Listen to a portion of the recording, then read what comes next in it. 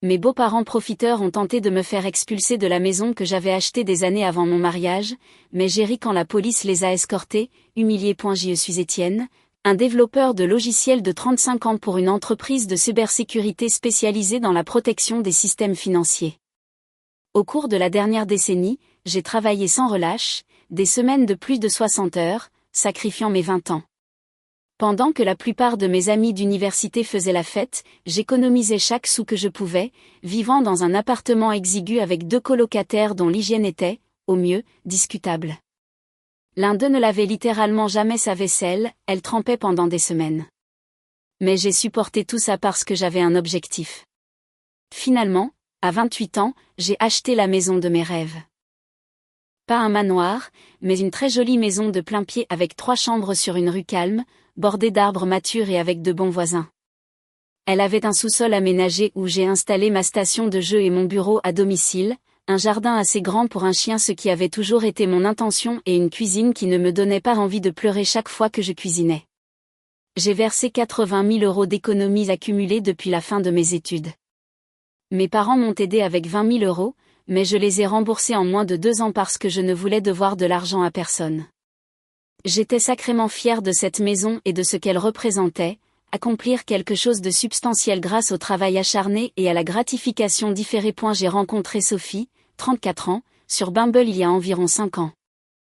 Au début, elle semblait cool, se disant passionnée de randonnée et de jeux vidéo, et se décrivant comme peu exigeante sur son profil.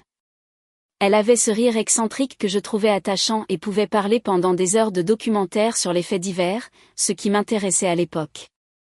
Nous sommes sortis ensemble pendant 1 an, ça a évolué assez vite, et nous nous sommes mariés à la mairie avec une petite réception chez moi. Elle a emménagé dans ma maison, que je possédais déjà depuis 2 ans. Il y avait des signaux d'alarme que j'ai ignorés car j'étais, je l'avoue, simplement heureux de ne plus être célibataire. Elle travaillait comme assistante de direction, mais se portait constamment malade. Elle s'attendait à des cadeaux coûteux pour son anniversaire, Noël, la Saint-Valentin et notre anniversaire de mariage, mais elle me ramenait des choses en promotion. Ses parents la traitaient comme si elle avait encore 16 ans et elle les laissait faire. Elle avait une anxiété qui se manifestait de manière opportune chaque fois qu'il y avait une tâche ménagère à faire. Elle n'a jamais proposé de partager les dépenses liées à la maison et avait une mystérieuse habitude de faire du shopping qui n'affectait étrangement jamais son maigre compte en banque. J'ai découvert plus tard que ma carte de crédit finançait tout cela. J'y suis rentrée vers 18h30 ce soir-là, après une échéance infernale, ayant codé littéralement 14 heures d'affilée pour déboguer une faille de sécurité critique. Mon cerveau était complètement grillé, mes yeux me brûlaient à force de fixer les écrans toute la journée. Rêvant de m'écrouler sur mon canapé et peut-être de jouer un peu à la Xbox pour décompresser, je me suis garée dans mon allée et j'ai dû freiner brusquement car il y avait un tas de choses sur ma pelouse. Mes affaires. Mon vieux sweat à capuche de l'université de Paris-Saclay traînait dans l'herbe et prenait l'humidité. Ma collection de vinyles d'une valeur de 4 000 €, que je construisais méticuleusement depuis le lycée, débordait d'une boîte, certains disques exposés aux éléments. Mes accessoires de jeu, mes livres, mes vêtements, même ce stupide hibou en céramique que Sophie m'avait offert pour notre anniversaire acheté avec ma carte de crédit, comme je l'ai découvert plus tard, était posé de travers au-dessus du tas. Et là, ils étaient, mes beaux-parents infernaux. Chantal, 62 ans, et Gérard, 65 ans, tous deux debout avec des airs suffisants, comme s'ils venaient de gagner au loto. Ces gens n'ont jamais eu de vrai travail de toute leur vie de profiteurs. Gérard gère une propriété familiale qu'il a héritée de son père, et toute l'identité de Chantal tourne autour du fait d'être la mère de Sophie et de faire du shopping chez Galeries Lafayette. Tous deux portaient des vêtements de marque, debout sur ma pelouse, jetant mes affaires partout. Sophie était près du porche, les bras croisés, regardant ailleurs comme si elle ne pouvait pas me regarder dans les yeux. Son langage corporel était un étrange mélange de défi et de nervosité, comme quelqu'un qui sait qu'il fait quelque chose de terrible mais s'est convaincu qu'il est justifié. Avant même que je n'ouvre la portière de ma voiture, Chantal a commencé avec cette voix stridente qui ressemble à un pistolet à clous frappant de la tôle. Le voilà. Enfin, ce vaurien. Ça venait d'une femme qui m'avait dit un jour à Noël que les vrais hommes achetaient des bracelets Tiffany à leurs femmes juste parce que, et que mon travail dans les trucs d'ordinateur n'était pas impressionnant parce que n'importe qui peut faire ça de nos jours. Un calme étrange m'a envahi, comme une pression des profondeurs marines ou quelque chose comme ça. Une clarté étrange où tout prend soudain un sens parfait. Je suis sortie lentement, sans me presser. Gérard a bombé le torse comme il le fait toujours quand il essaie d'intimider quelqu'un. Le type a vécu de l'argent de son père toute sa vie, mais agit comme s'il était un titan de l'industrie autodidacte. Il a des cartes de visite qui disent entrepreneur, investisseur, mais je ne l'ai jamais vraiment vu faire l'un ou l'autre. Bon, Étienne, ça ne va plus, il a aboyé, utilisant sa voix de « je parle au personnel qui m'a apporté la mauvaise entrée ». Hors de ma vue. Nous allons changer les serrures demain. C'est la maison de Sophie maintenant. Notre fille mérite la stabilité, la sécurité, et non, eh bien, toi.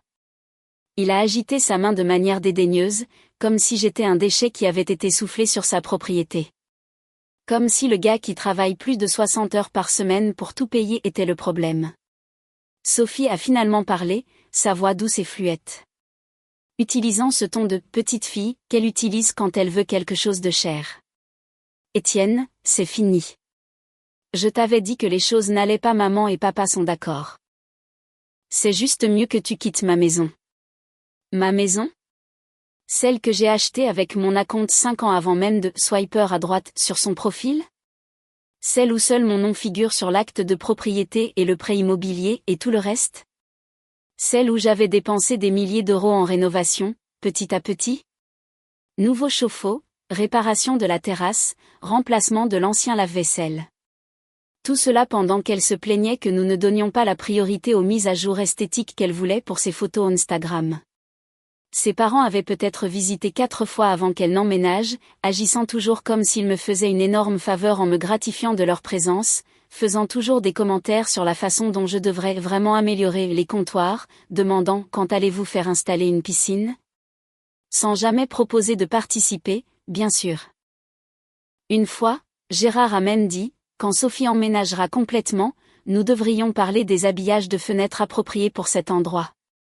Comme si je vivais sur un chantier de construction inachevé au lieu d'une très belle maison. Et maintenant, tout d'un coup, c'est la maison de Sophie. La gymnastique mentale était de niveau olympique. Chantal s'est avancée vers moi, le doigt pointant l'air, sa manucure sophistiquée scintillant au soleil couchant. Elle avait ce regard suffisant, comme si elle rendait un jugement divin. Tu l'as entendu. Sors d'ici. Tu n'es pas le bienvenu, vaurien. C'est la maison de notre fille maintenant. Puis elle a donné un coup de pied dans l'une de mes boîtes pour insister. Mon vieux manuel de psychologie 101 a glissé sur l'herbe humide, atterrissant dans une flaque d'eau de la pluie du matin. C'est là que l'absurdité m'a frappé. J'ai éclaté de rire, pas un petit rire, mais un rire franc, légèrement maniaque qui m'a surpris moi-même. Il a résonné dans la rue silencieuse. Voici cette femme de 62 ans que j'avais vue dépenser 600 € pour le déjeuner sans sourciller, donnant des coups de pied dans mon manuel universitaire comme si elle était une dure à cuire dans un mauvais film de mafia. La mâchoire de Chantal est littéralement tombée. Gérard a cligné des yeux stupidement. Sophie a tressailli comme si je lui avais crié dessus. Ma maison? J'ai étouffé, essuyant mon œil. La maison de Sophie. Waouh! J'ai raté la signature? Il y a eu une note de service? Parce que la dernière fois que j'ai vérifié, je suis le seul à avoir payé le moindre centime pour ce prêt immobilier. Je suis le seul nom sur l'acte de propriété. Je n'ai jamais vu aucun d'entre vous écrire un chèque pour les impôts fonciers ou l'assurance ou les réparations. Les voisins d'en face étaient sortis sur leur Porsche, regardant le spectacle. N'osez pas vous moquer de nous, s'est emporté Gérard, se gonflant à nouveau. Sa Rolex, une vraie, malheureusement, a scintillé tandis qu'il gesticulait sauvagement. C'est juste. Sophie t'a consacré des années. Elle mérite cette maison pour tout ce qu'elle a enduré. Enduré quoi? J'ai demandé. Mon visage rougissait, mais ma voix était ferme. Mon travail stable, le paiement de toutes les factures, les vacances que j'ai financées, Le sac à main de 4000 € que je lui ai acheté pour son anniversaire et qu'elle a utilisé 2 fois avant de décider qu'il était démodé. Chantal est intervenue, sa voix montant à une hauteur qui perturbait probablement les signaux satellites. Tu ne l'apprécies clairement pas. Tu travailles constamment. Tu n'es jamais à la maison. Nous intervenons pour nous assurer qu'elle est ce qu'elle mérite. D'accord? J'ai dit, le rire disparu, remplacé par de la glace dans mes veines. J'ai sorti mon téléphone. Qu'est-ce que tu fais? A demandé Sophie, la panique dans les yeux. Pour la première fois, elle avait l'air incertaine. J'appelle les gens qui s'occupent des litiges immobiliers, dis-je calmement. Spécifiquement l'intrusion, vous savez, la police. Je n'avais jamais appelé la police de ma vie, mais c'était au-delà du ridicule. N'ose pas, a hurlé Chantal, sa voix atteignant une note qui perturbait probablement les chauves-souris du département voisin. C'est une affaire de famille. Nous n'avons pas besoin d'impliquer des étrangers. Pas quand vous êtes sur ma propriété à jeter mes affaires partout, j'ai répondu, composant le 17. Pas quand vous essayez de m'expulser illégalement d'une maison que je possède entièrement sans aucune revendication légale. C'est un crime, d'ailleurs. Sophie a commencé à pleurer. Ses larmes d'entraînement qui apparaissaient toujours au moment où elle n'obtenait pas ce qu'elle voulait. Les mêmes larmes qui coulaient quand je disais que nous ne pouvions pas nous permettre un sac à main à 3000 € ou quand je suggérais qu'elle pourrait vouloir contribuer à notre compte d'épargne commun de temps en temps. Étienne, s'il te plaît, ne fais pas ça. Nous pouvons en parler. J'ai juste besoin d'un peu d'espace en ce moment. Et maman et papa pensaient qu'ils pouvaient voler ma maison, j'ai terminé pour elle. Oui. J'avais compris ça. Pendant que j'expliquais la situation à la personne au bout du fil, j'ai vu Gérard chuchoter d'urgence à Chantal, dont le visage virait à un rouge alarmant. Sophie restait là, réalisant probablement que son plan échouait sous ses yeux. Les voisins nous regardaient ouvertement maintenant. Madame Dubois d'Axangrave côté était sortie avec son téléphone, enregistrant peut-être. Super. Tout ça serait sur le groupe Facebook du quartier dès le matin. J'ai calmement donné mon adresse, déclaré qu'il y avait 3 individus en infraction, refusant de partir, qui avaient déplacé mes affaires sur la pelouse et revendiquaient la propriété de ma maison. J'entendais Chantal en arrière-plan, pratiquement gargouillant de rage, hurlant que c'était moi qui devais partir. Mon nom est sur l'acte et le prêt immobilier. J'y vis depuis 7 ans. Ils essaient de m'expulser illégalement, j'ai expliqué à l'opératrice, qui semblait avoir tout entendu auparavant. Gérard s'est avancé vers moi, son visage devenant violet sous sa coupe de cheveux chers. Il marmonnait quelque chose sur le fait de me faire entendre raison. Gérard, je ne le ferai pas, j'ai prévenu, levant ma main libre. Restez là. Ajouter une agression à tout ça ne vous avantagera pas. Il a hésité, puis s'est arrêté. Toute l'attitude de dur à cuire de Gérard s'effondrait dès qu'il y avait de vraies conséquences possibles. Il avait l'habitude d'intimider les gens avec son argent et ses relations. Pas de faire face à de réelles répercussions. Sophie avait l'air vraiment paniquée maintenant. Pas triste, pas contrariée, mais paniquée comme quelqu'un dont le plan s'effondrait rapidement. Étienne, s'il te plaît, raccroche. Va juste rester chez ton frère Thomas quelques jours. Nous pourrons en parler plus tard. Je te promets que nous trouverons une solution. Parler de quoi, Sophie? Ma voix était plate. La trahison me donnait l'impression que quelqu'un m'avait donné un coup de poing dans l'estomac. 3 ans de mariage et c'est ce à quoi ça se résumait. La partie où tu as comploté avec tes parents pour me virer illégalement de la maison que je possède, ou la partie où tu es resté sans rien dire pendant qu'ils jetaient ma vie sur la pelouse? Quel passage nécessite des éclaircissements? Elle a grimacé. Littéralement, physiquement grimacé. Maman, papa, peut-être que nous devrions y aller. Nous pouvons revenir demain avec. Nous n'allons nulle part, a claqué Chantal, ajustant ses lunettes de soleil de marque même si le soleil était presque couché. C'est ta maison, Sophie. Ne sois pas faible maintenant. Il bluffe à propos de la police. Je ne bluffais pas. Les gyrophares sont arrivés rapidement. 2 voitures, 4 policiers. Notre quartier n'est pas vraiment à forte criminalité, alors je suppose qu'ils s'ennuyaient. Ils ont observé la scène, Moi près de ma voiture, mes possessions éparpillées sur la pelouse, le trio près du porche. Ils nous ont séparés. 2 policiers ont parlé à Chantal, Gérard et Sophie, tandis que les 2 autres m'ont parlé. J'ai expliqué la situation, montré mon permis de conduire avec l'adresse correspondante, affiché des photos de l'acte de propriété sur mon téléphone, mentionné que c'était uniquement à moi, avant le mariage. Je leur ai montré ma clé dans la serrure et les années de relevé de prêt immobilier sur mon application bancaire. L'officier principal a écouté, a hoché la tête, son visage impénétrable. Il a ensuite rejoint l'autre groupe. Je ne pouvais pas tout entendre, mais j'ai saisi des bribes. Résident légal, affaires civiles pour les tribunaux, doivent quitter les lieux immédiatement. Sophie refaisait ses pleurs habituels, Chantal avait son bras autour d'elle. Gérard se gonflait la poitrine, parlant de malentendus et de ma stabilité mentale. Classique Gérard, essayant de réécrire la réalité quand les choses ne vont pas dans son sens. Je l'avais vu faire cela d'innombrables fois lors de réunions de famille, changeant l'histoire jusqu'à ce qu'il passe pour le héros. Pas cette fois, Gérard. Pas avec ma maison.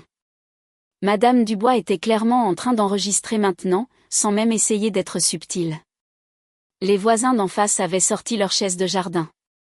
Super, dîner et spectacle.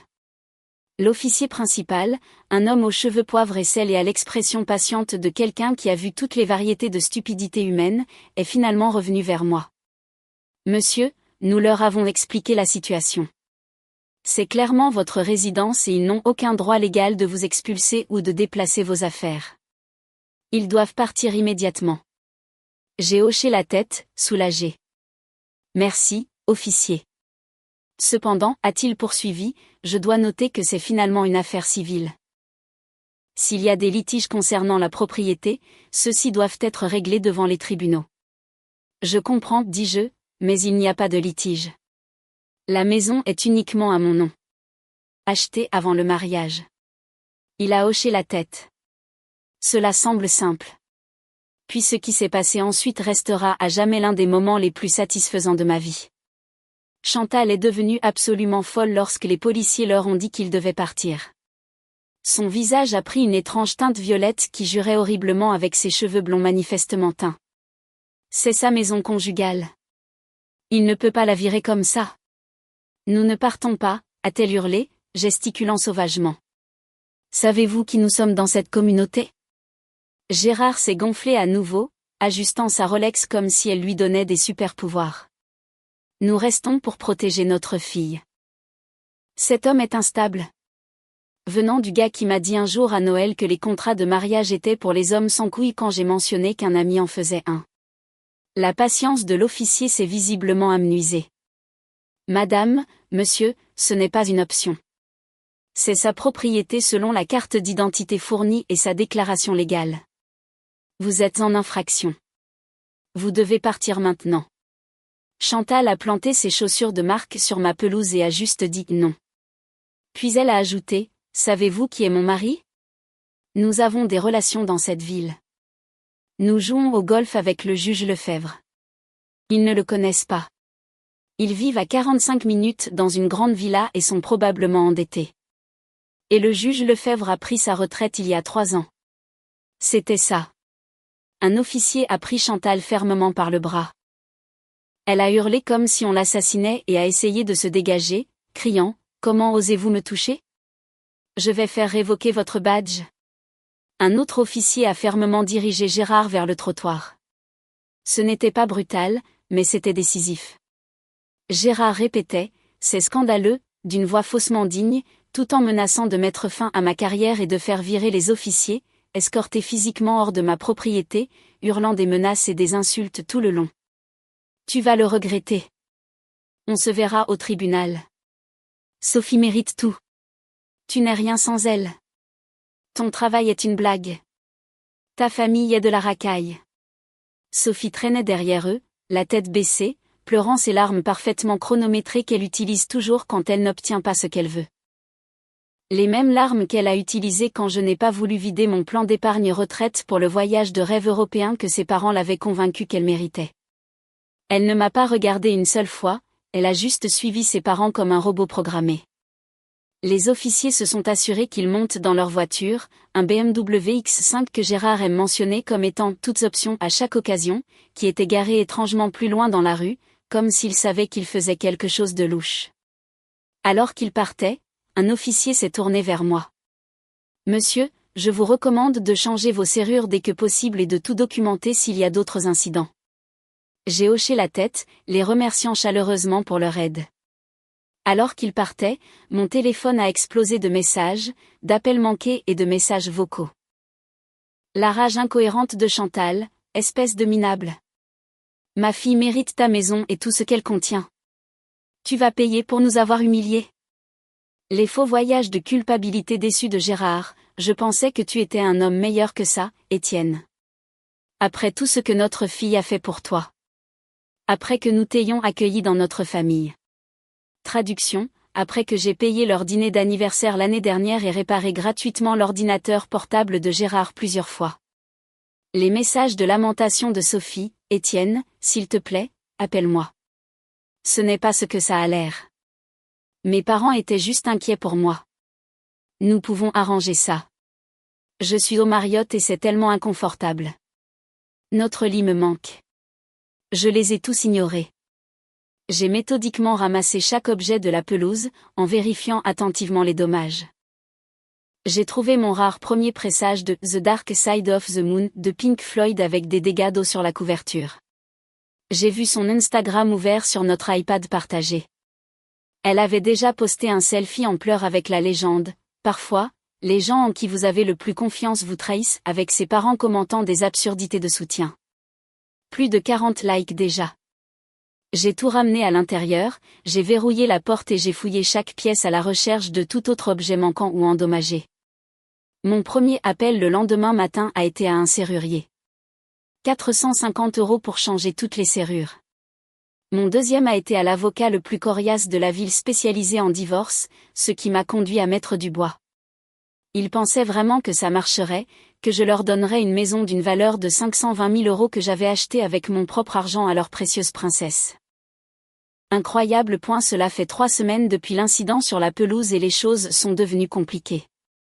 D'abord, merci pour tous les commentaires et le soutien sur le dernier message. RIP ma boîte de réception. Mais sérieusement, c'est bon de savoir que je ne suis pas le seul à avoir eu affaire à des beaux-parents psychopathes qui tentent de s'approprier des biens qui ne leur appartiennent pas. J'ai rencontré mon avocat, Maître Dubois, un ancien militaire vif et concentré qui ne tolère aucune bêtise de quiconque. Son bureau a cette ambiance minimaliste qui crie d'une certaine manière « Je détruirai vos ennemis sans un seul mot menaçant ». J'ai exposé toute l'histoire. Documents en main, actes de propriété, prêt immobilier, avis d'impôt foncier, tous antérieurs à Sophie, tous uniquement à mon nom. J'ai payé 2250 € par mois pour le prêt immobilier pendant des années, tandis qu'elle a contribué à hauteur de 0 €. Pas une seule fois elle n'a proposé de participer aux impôts fonciers ou à l'assurance habitation. Il a confirmé ma position avec une confiance inébranlable, la maison est un bien propre. Fin de la discussion. Légalement, Sophie pourrait avoir une revendication théorique sur une petite part de la plus-value si elle pouvait prouver une contribution directe substantielle, ce que Dubois a dit être aussi probable que moi devenant le prochain Batman. D'après les données financières que j'ai fournies, j'ai tout payé d'important, prêt immobilier, impôts fonciers, assurance habitation, toutes les réparations. Quand le chauffe-eau est tombé en panne, c'était mes 1300 €. Quand nous avons eu besoin d'un nouveau réfrigérateur, c'était mes 2200 €. Cela m'a coûté 5000 € d'honoraires, mais voir Maître Dubois commencer à planifier le grand nettoyage juridique valait chaque centime. L'homme prenait littéralement des notes dans ce qui ressemblait à une sténographie militaire, hochant occasionnellement la tête avec un léger sourire prédateur. Il a immédiatement commencé à rédiger la requête en divorce, citant des différences irréconciliables, mais incluant un résumé factuel de l'incident sur la pelouse comme contexte de son comportement. Nous établissons un modèle de profit et de tentative de vol de propriété, a-t-il expliqué avec un léger sourire qui m'a honnêtement donné des frissons. Les juges n'aiment pas voir ce genre de comportement. Le harcèlement n'a pas cessé. Il a juste muté en une hydre à plusieurs têtes d'absurdité. Appel constant à toutes heures. L'identification de l'appelant est mon ami. Je me réveillais avec 17 appels manqués de divers numéros qui se sont tous avérés être eux. Des messages allant des menaces de Chantal en majuscules, personne ne traite ma fille comme ça. Nous avons des amis dans cette ville. Aux tentatives de manipulation de Gérard, pense au bon moment, Étienne, ne gâche pas tout. Nous pouvons trouver une solution où tout le monde gagne. Traduction, où il gagne. Aux supplications pathétiques de Sophie, Étienne, s'il te plaît, parle-moi. Tu me manques. Je ne voulais pas que ça aille aussi loin. Maman et papa veulent juste ce qu'il y a de mieux pour moi. J'ai besoin de certaines de mes affaires. Puis la sœur aînée de Sophie, Hélène, 38 ans, est entrée en scène. Pour le contexte, Hélène s'est toujours imaginée être la régulatrice de la famille, mais elle n'est en réalité que la harceleuse de la famille. C'est elle qui m'a dit un jour à Noël que je ne devais pas m'attendre à être traitée comme un membre de la famille tant que je n'aurais pas prouvé ma valeur, quoi que cela veuille dire. Elle a commencé par des messages faussement gentils, « Étienne, chérie, tu dois parler à Sophie. » Ça l'a détruit. Elle a perdu 5 kilos à cause du stress. Pendant ce temps, l'Instagram de Sophie la montrait au brunch avec des amis, l'air très bien, sirotant des mimosas et souriant. Quand j'ai ignoré ces messages, les griffes sont sorties. Messages vocaux en colère, espèce de lâche sans tripes. Réponds au téléphone. Qui crois-tu être? Sais-tu ce que ça fait à mes parents? Ils sont dévastés. Sophie est un désastre. Tu as toujours été égoïste, mais c'est une nouvelle bassesse, même pour toi. Puis la sonnette a commencé à retentir un soir alors que j'étais en appel professionnel à propos d'une faille de sécurité critique. Non-stop, ding-dong, ding-dong. J'ai vérifié le visiophone. Hélène, l'air furieux. Un sac à main cher à son bras. Je me suis demandé qui avait payé pour ça. J'ai ignoré. Puis les coups ont commencé, assez fort pour faire trembler le cadre de la porte. J'ai dû me mettre en sourdine pendant mon appel. Étienne, ouvre cette fichue porte, espèce de lâche pathétique. Tu penses pouvoir la virer après tout ça? Après tout ce que ma famille a fait pour toi? Ils avaient une fois apporté une bouteille de vin à 7 € pour le dîner et avaient agi comme s'ils avaient financé mes études universitaires. La projection était stupéfiante. J'ai enregistré la vidéo, appelé la ligne non-urgence, fait référence à l'incident précédent et envoyé les images par email. Les flics ont rendu une visite. Le même officier qu'avant, l'officier Martin, qui mérite une médaille pour sa patience, m'a dit plus tard qu'Hélène avait essayé de le convaincre que j'étais mentalement instable et que je retenais les héritages familiaux de Sophie en otage. Le harcèlement direct d'Hélène a cessé après ce que je suppose avoir été une discussion sérieuse avec l'officier Martin, mais je savais qu'elle n'en avait pas fini. Ces gens sont comme des termites. Ils trouvent juste une nouvelle façon d'entrer. La guerre psychologique s'est transformée en chose plus subtile.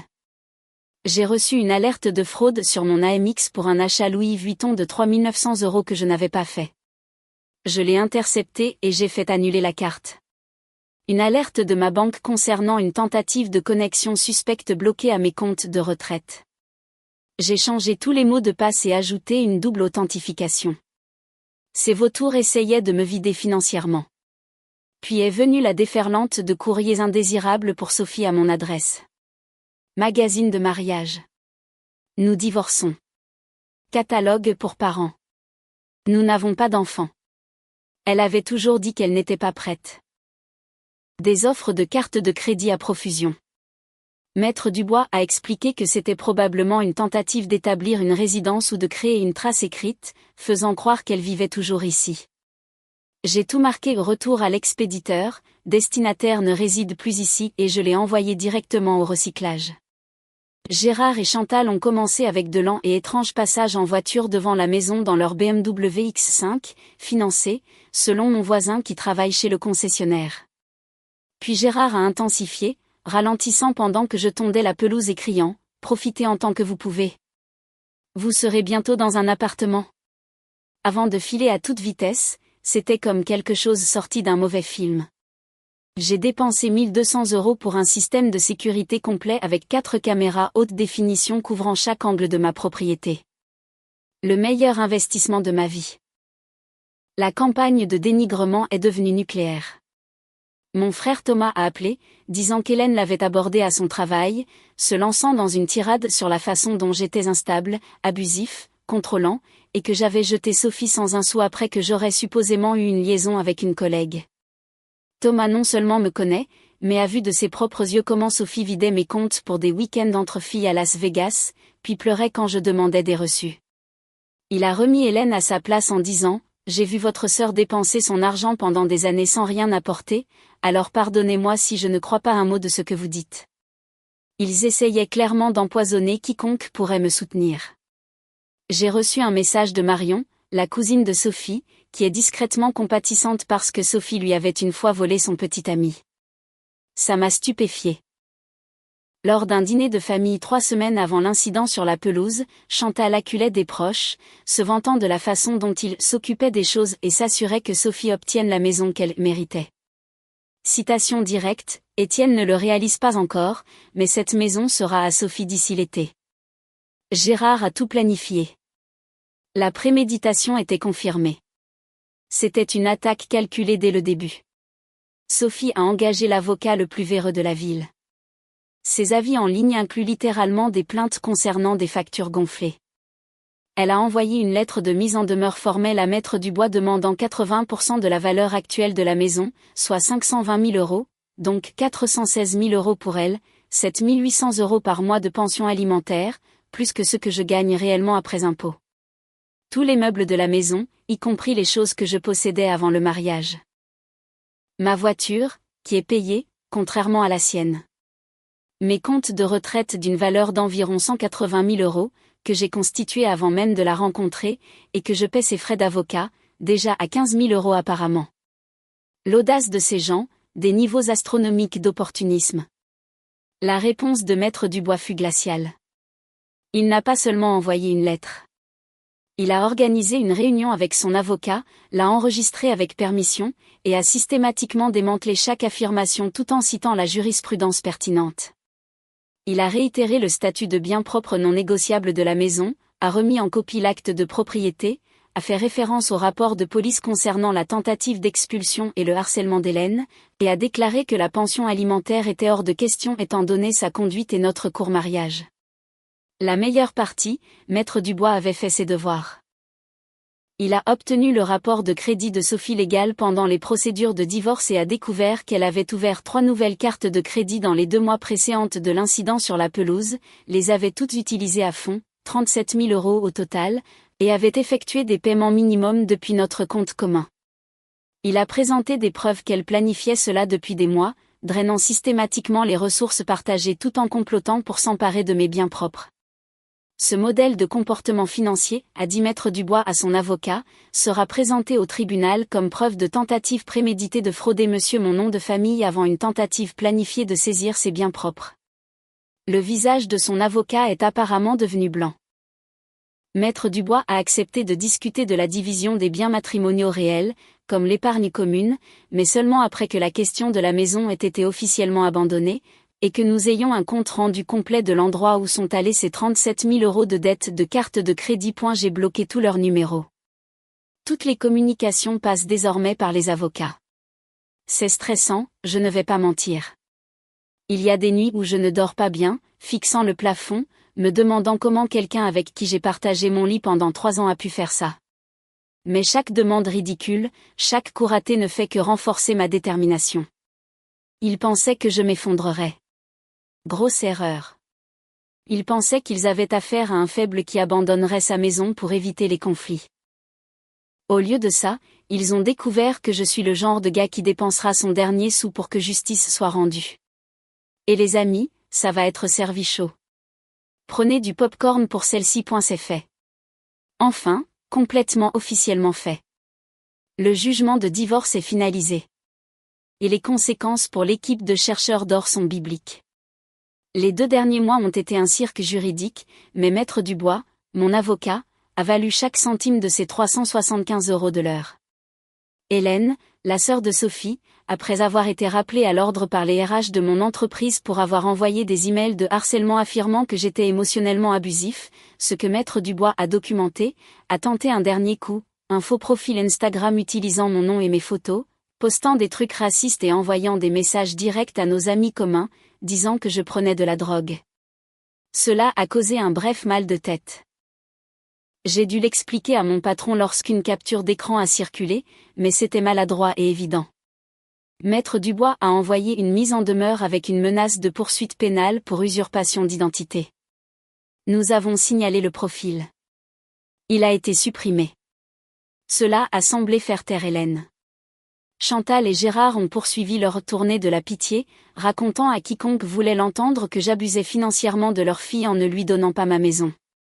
Mais cela a perdu de son élan lorsque les gens ont réalisé que ces soi-disant citoyens respectables essayaient en fait de commettre une fraude immobilière.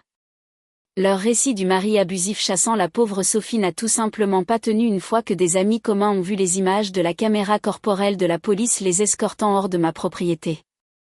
Oui, Maître Dubois a assigné ces images, un coup de maître absolu. Le processus juridique s'est traîné avec l'avocat de Sophie, un avocat de pacotille que Gérard a trouvé, déposant motion après motion, des demandes de communication de pièces où Sophie ne pouvait produire aucun document prouvant une contribution financière à la maison.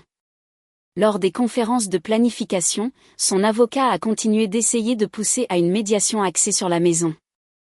Maître Dubois l'a refusé à chaque fois avec 3 mots simples, bien propre prémarital. Finalement, lors d'une conférence de règlement avant le procès, confronté à l'absence totale de fondement juridique sur la maison, au harcèlement documenté, et le juge signalant en substance « Arrêtez de me faire perdre mon temps », l'avocat de Sophie lui a conseillé de limiter ses pertes. La vengeance, légale, financière, est servie glaciale. Voici où ça devient intéressant. Le jugement de divorce était brutalement simple et exactement ce que Maître Dubois avait prédit depuis le début, la maison confirmée à 100% comme mon bien propre prémarital.